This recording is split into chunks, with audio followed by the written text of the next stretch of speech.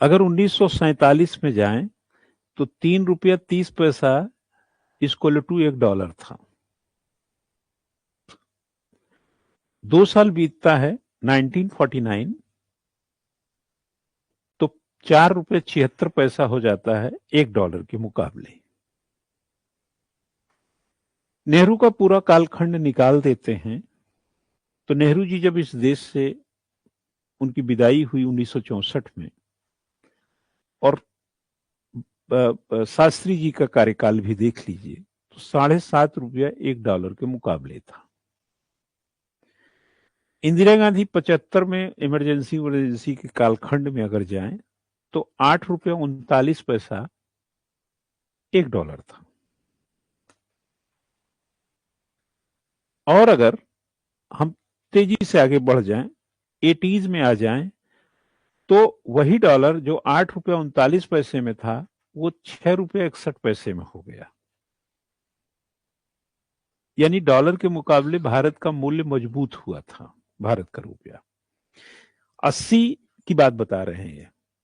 90 आइए तो 90 में $1 $17 हो गया। $17 $17.01। और यही हम 2000 में चले जाएं 10 साल के बाद तो यही $44.31 हो गया। करीब करीब देखा जाए तो 2.5 गुना से ज्यादा की छलांग 10 साल में डॉलर के मुकाबले। और आप याद करिए 1991 में उदारीकरण और 2000 तक देखेंगे गवर्नमेंट में बहुत अस्थिरता थी।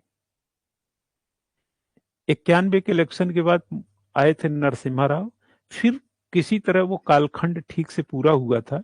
1996 के इलेक्शन में देखेंगे तो 1996 का इलेक्शन, फिर उसके बाद आप देखेंगे 1998 का इलेक्शन, फिर आप देखेंगे 1999 का इलेक्शन, और फिर उसके बाद 2004 में इलेक्शन हुआ। यानी अस्थिर सरकारों का जबरदस्त दौर था।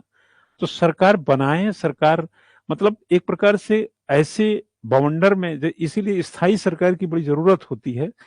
लेकिन स्थायी सरकार के भी अपने ड्रॉबैक होंगे, मजबूत सरकारों के भी अपने ड्रॉबैक हैं, कमजोर सरकारों के अपने ड्रॉबैक हैं। मतलब कमजोरियों से कोई खाली नहीं है, लेकिन मजबूत कितना है सवाल इसका है। अब 2000 में आपने क्या देखा कितना बताया बेटा 2000 में? हाँ, $44.31। अब 2005 में आएंगे, ये मनमोहन सिंह का कार्यकाल था, और 2000 जाएंगे तो वाजपेयी जी का। यानी वाजपेयी जी के कालखंड में जो बीच का कालखंड ले लीजिए, वैसे तो वो 98 से प्राइम मिनिस्टर उनको मानिए, तो 2000 इधर 2004 बीच में करीब करीब, तो $44.31 तो वाजपेयी जी के टाइम में था। अगर मनमोहन जी के टाइम में आएंगे 2005, जबकि 1 साल की सत्ता हो जाएगी थी, $43.50 $1 के मुकाबले।